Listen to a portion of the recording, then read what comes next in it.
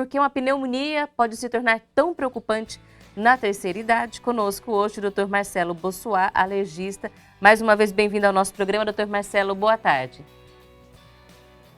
Muito obrigado pelo convite, Camila. Mais uma vez estar com vocês da LBV, é um prazer. Nós agradecemos ao Dr. Marcelo, que conversa conosco direto do Rio de Janeiro, é alergista e imunologista, coordenador do projeto social Brasil Sem Alergias, pesquisador no Departamento de Genética da Universidade Laval, em Quebec, no Canadá. Nosso convidado hoje, eu queria que o senhor começasse explicando, doutor, por que uma doença que é conhecida e tudo, mas que na terceira idade ela ganha um status de uma doença que realmente preocupa, que a gente deve dar muita atenção, mais, por exemplo, do que a gente imagina para um adulto, jovem. Por que na terceira idade a pneumonia pode ser tão grave? O grande problema da terceira idade é que não dá sinais que o paciente está desenvolvendo uma infecção. Enquanto um paciente jovem, um paciente adulto, rígido, ele tem febre, ele tem calafrios, ele tem tosse, ele tem sinais evidentes de que está havendo uma infecção com ele. No paciente idoso não há isso. Então, o paciente idoso, muitas das vezes, o primeiro sinal que dá para um paciente idoso é confusão mental e perda da sua capacidade cognitiva. O que significa isso? O paciente começa a não ter uma relação mental adequada com o meio. Ou seja, começa a dizer palavras desconexas, começa a ter pensamentos, muitas das vezes, não adequados para o comportamento que ele tinha anteriormente. Ou seja, o paciente começa realmente a ter uma disfunção cognitiva e essa é a grande preocupação. E muitas das vezes, quando começam esses primeiros sintomas, o pulmão já está bem acometido, o parênquima pulmonar está bem acometido e aquilo ali já estaria evoluindo realmente com um quadro, muitas das vezes, nem internação, e até de unidade fechada, de CTI, precisando até de ventilação mecânica acessória, em alguns casos. Então, esse é o grande problema do paciente idoso. O paciente idoso que, de certa forma, começa com uma prostração, começa com um cansaço, mas não tem tosse, não tem febre, não tem falta de ar no início e também não tem calafrios. Isso pode ser um quadro de pneumonia, tá? Diferentemente do paciente adulto ou do paciente jovem. E aí a gente aqui começa a se perguntar várias coisas a partir dessas informações. A primeira é, mas não é uma infecção no pulmão, doutor? Como é que acontece? Então explica pra gente o que é a pneumonia e como ela se classifica, leve, média, grave, como é que é o desenvolvimento da doença? O que acontece? Um paciente idoso, ele não tem os mesmos reflexos, ele acaba perdendo os reflexos que o corpo tem para poder se proteger das infecções, né? Então, por exemplo, a infecção urinária no paciente idoso, às vezes é difícil você fazer o diagnóstico, porque as inervações do paciente idoso, muitas das vezes, estão comprometidas por quadros subsequentes, por excesso de colesterol, por excesso de glicemia, que vai destruindo as terminações nervosas.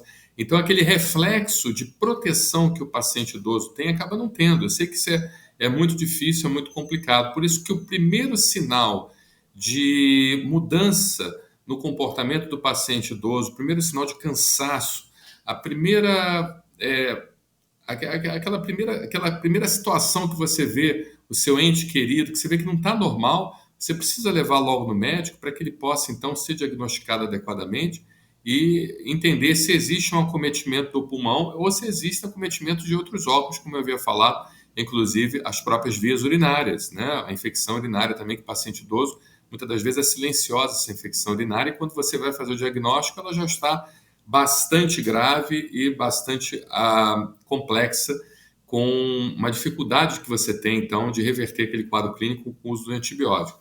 Mas a pneumonia, bem na verdade, ela pode ser causada, a maioria das vezes, por bactérias, né? As chamadas bactérias comunitárias, e também dentro do hospital por bactérias nosocomiais, que são bactérias hospitalares.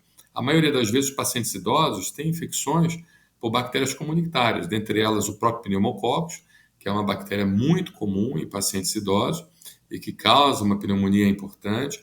O Haemophilus influenza é outra bactéria também que pode causar pneumonia. E nós estamos tendo um surto de coqueluche.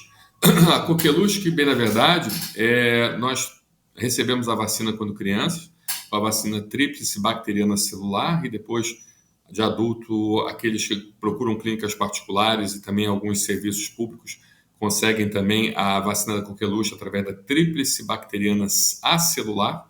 Então, está havendo um surto de coqueluche no Brasil, em algumas regiões do Brasil, principalmente região sudeste e sul, e a coqueluche, ela também está cometendo muitos idosos. E a Bordetella pertussis, que é a bactéria da coqueluche, é uma bactéria grave e que pode levar o paciente idoso a problemas sérios, graves, inclusive a insuficiência respiratória. Com essas bactérias é pela respiração mesmo. É pelo ar, é no contato de pessoa a pessoa. E o que acontece nessa época do ano, né? Como é muito frio e seco, chove pouco e faz muito frio, são duas causas de irritação respiratória. O ar frio e o ar seco irritam as mucosas respiratórias, deixam a mucosa respiratória mais inflamada, ela produz mais secreção, ela fecha com mais facilidade, dificulta a eliminação da secreção, e a gente sabe que o paciente idoso também tem um problema de restrição pulmonar. Ele não consegue expandir bem o pulmão e na hora dele eliminar a secreção, ele não consegue também eliminar com facilidade aquela secreção.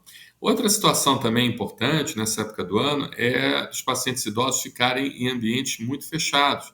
Como está frio, as pessoas acabam frequentando mais shoppings, frequentando mais cinemas, mais teatros, e muitas das vezes esses ambientes estão extremamente contaminados com bactérias que são contraídas pelas vias respiratórias, como essas que eu falei, como o próprio pneumococcus, hemófilos, a bactéria da coqueluche, a Bordetella pertussis.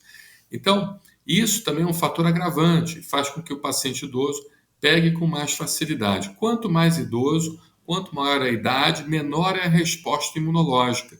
E menor sendo a resposta imunológica, menos sinais aquele paciente idoso vai dar, mostrando que ele está com um quadro infeccioso. Esse é o grande perigo. É esse recado que a gente precisa deixar para os telespectadores, para que eles possam observar os mínimos sinais de modificação no comportamento daquele idoso, para que possa direcionar imediatamente para o médico e ali fazer exames complementares, né? E aí, doutor, o senhor explicando sobre esses sinais, eles muitas vezes estão associados ao que as pessoas já imaginam que é do envelhecimento.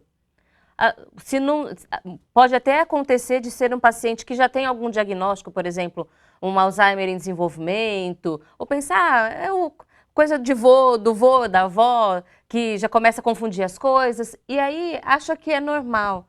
Como diferenciar? O que tem que chamar a atenção nesses casos? É aquele mínimo esquecimento, né? A pessoa teve um esquecimento, falou uma bobagem, ou de certa forma está dormindo muito, está muito cansado, e está precisando repousar mais do que o necessário, sobe 2, 3 lances de escada, já fica extremamente ofegante, a frequência cardíaca do paciente, ou seja, os batimentos do coração aumentam. Então, assim, tudo isso são sinais mínimos e bastante sutis que os pacientes precisam estar de olho e encaminhar o paciente idoso. Lembrando que o paciente idoso, muitas das vezes, é um paciente cheio de comorbidade. É um paciente que é hipertenso, muitas das vezes, que precisa tomar remédio para pressão, paciente que é diabético, em alguns casos, que tem colesterol alto, que tem ácido úrico alto, que tem insuficiência renal, porque a principal causa de insuficiência renal em pacientes idosos é o uso de anti-inflamatórios para dor. Então, a pessoa muitas das vezes vai na farmácia, não tem a oportunidade de se consultar com o médico e compra um anti-inflamatório barato. Aquele anti-inflamatório barato a gente sabe que afeta muito mais o rim do que outros anti-inflamatórios mais modernos, né, que de certa forma não afetam tanto o rim, não levando a insuficiência renal. Então, são alguns fatores importantes. E lembrando que o pulmão está muito próximo do coração, né? Então, às vezes, um sinal importante também é a arritmia cardíaca. Então, o paciente começa a desenvolver um processo de arritmia cardíaca e aquilo ali pode estar relacionado com alguma infecção em atividade, e uma dessas infecções, justamente, são as infecções causadas dentro do parênquima pulmonar, dentro do pulmão, ou seja, as pneumonias. Então, é mito ou verdade que uma gripe mal curada vira pneumonia? Olha, é uma pergunta muito boa que você fez, né? A gripe é um vírus que, quando entra em contato com o nosso organismo, ele tem uma estrutura proteica nele que ele induz uma resposta das nossas defesas que leva a nós desenvolvermos reações muito parecidas com alergia, tá? Então, um paciente que pega gripe, por exemplo, ele tem uma chance maior de ficar asmático. É igual uma criança, não sei se vamos jogar agora para o outro extremo, né, para as crianças. As crianças que desenvolvem bronquiolite, as mamães sabem muito disso, causado pelo vírus sincicial respiratório. A bronquiolite, uma criança que desenvolve bronquiolite tem muito mais chance de ter asma do que uma criança que não desenvolve bronquiolite. A mesma coisa pode acontecer conosco, pacientes adultos e principalmente com os idosos. Os idosos precisam se proteger da gripe, precisam se proteger das doenças respiratórias, tomar vacina contra a gripe, vacina contra o Covid. Não precisa ficar com medo. Tem muita fake news aí sendo divulgada sobre o perigo das vacinas. A vacina é muito segura. A vacina da gripe também é extremamente segura, já utilizada há muitos anos. E o paciente precisa fazer isso. Por quê? Porque a gripe, ela, além de abrir porta para o paciente desenvolver pneumonia, porque ela baixa a imunidade, ela aumenta a quantidade de secreção de catarro que a gente produz. Esse catarro acaba servindo de meio de cultura para bactérias, essas bactérias começam a se proliferar. Além de acontecer isso, ela também desvia a nossa imunidade para desenvolver alergia respiratória. Então, o paciente pode começar a ter asma alérgica por causa de uma gripe mal curada, como você mesmo falou. Então, um paciente que por acaso não se vacinou, mas pega a gripe, ele precisa procurar o seu médico para que ele inicie logo o tratamento e não dê chance do sistema imunológico ser desviado e, consequentemente, induzir o paciente a desenvolver uma asma alérgica. E aí a gente vê a importância de não...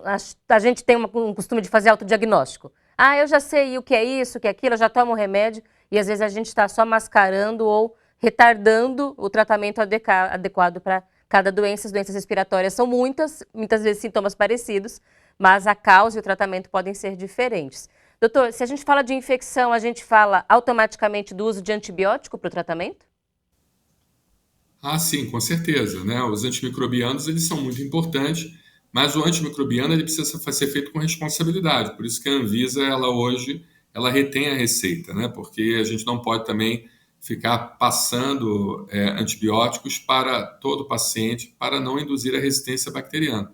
Mas a partir do momento que você tem um diagnóstico, a partir do momento que existe uma imagem sugestiva de pneumonia, existe um exame de sangue que mostra uma possibilidade de um processo inflamatório infeccioso em atividade, e consultando com seu médico, certamente, o uso do antibiótico precoce, ele vai fazer com que a pneumonia ela não se espalhe de uma forma muito intensa e levando a um sucesso maior, diminuindo, então, a possibilidade do paciente vir ao óbito, né, vir a falecer.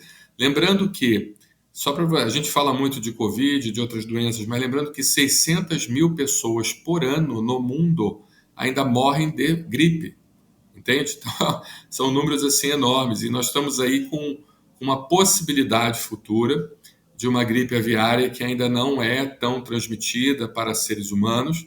Ela tem a dificuldade de ser transmitida para seres humanos, mas é uma gripe aviária que está vindo muito forte e que o índice de óbito está sendo grande. Aqueles humanos que estão pegando essa gripe estão tendo uma chance maior de falecer do que nas outras gripes. Então, precisamos nos fazer o reforço, se todos se vacinarem, se todos tomarem as medidas preventivas com a vacinação, certamente a gente faz um bloqueio e não deixa essa gripe se tornar novamente uma pandemia, né? Como aconteceu em 2019. Então, ainda há tempo e as pessoas podem aproveitar aqui no Brasil, principalmente as idades de risco, né? Pacientes imunodeficientes, que fazem uso de remédios, que baixam a imunidade, crianças, idosos, gestantes, fazerem o uso da vacina da gripe. E a gente está falando de uma vacina que deve ser tomada todos os anos, precisa de reforço sim, e a vacina não dá gripe, não é, doutora? A gente sempre esclarece aqui, na vacina não faz a pessoa ficar doente. Foi muito bom você ter falado isso, né? A grande maioria das vezes, quando a pessoa toma a vacina e desenvolve a gripe, não é a vacina que causou a gripe, mas é que a vacina da gripe ela é dada em momentos que aumentam os casos.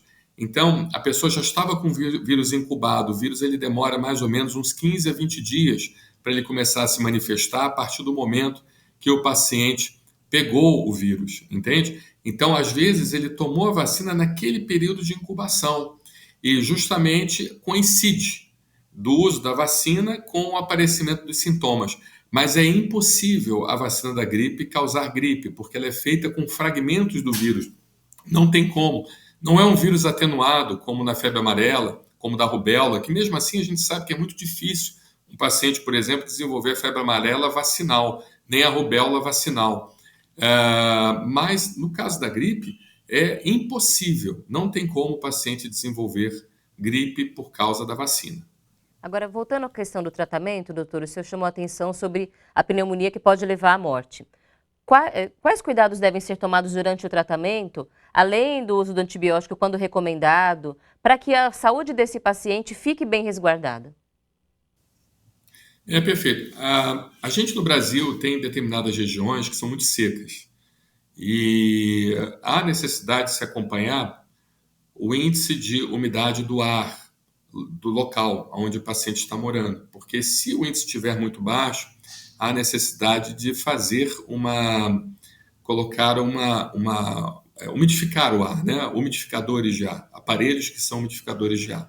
Mas isso não é em todo o local do Brasil. Por exemplo, na região norte, que chove todo dia, isso não é necessário. Isso vai piorar o quadro clínico, porque a gente sabe que um excesso de umidade no ar vai levar a um aumento da proliferação de mofo, de ácaros e também de outras bactérias. Então, vai piorar mais ainda a situação. Rio de Janeiro, por exemplo, nós estamos vivendo aqui um momento de chuva e seca. Então, é importante todo dia acompanhar pela internet o índice de umidade do ar. Então, manter o ar sempre úmido para que o frio e o ar seco não sejam irritantes respiratórios.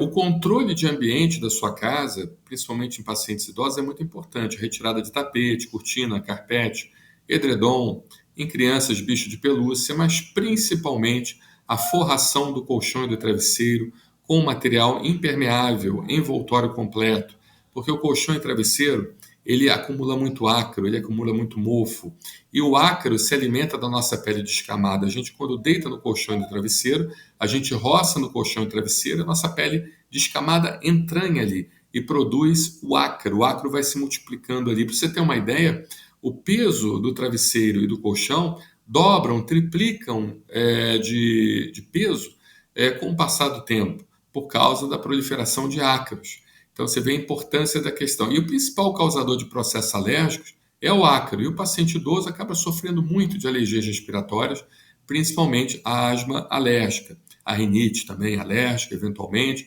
Aquela rinite do idoso, onde o nariz ele já não consegue produzir muco o suficiente, acaba tendo uma irritação crônica. Então, o paciente idoso precisa dessas atitudes, né? E outra situação também, manter os níveis de vitamina D adequado. Então, se o paciente tem baixo de vitamina D, se não consegue pegar aquela quantidade saudável de sol todos os dias, precisa fazer a reposição da vitamina D. Existe hoje uma formulação de vitamina D, que é o calcifediol, que é uma formulação bastante eficaz e é aquela formulação que suplementa mais rapidamente, faz com que os níveis de vitamina D eles consigam ser alcançados da forma mais rápida possível e mais saudável possível, né? Mas lembrando que a reposição de vitamina D só deve ser feita com orientação médica e se houver deficiência.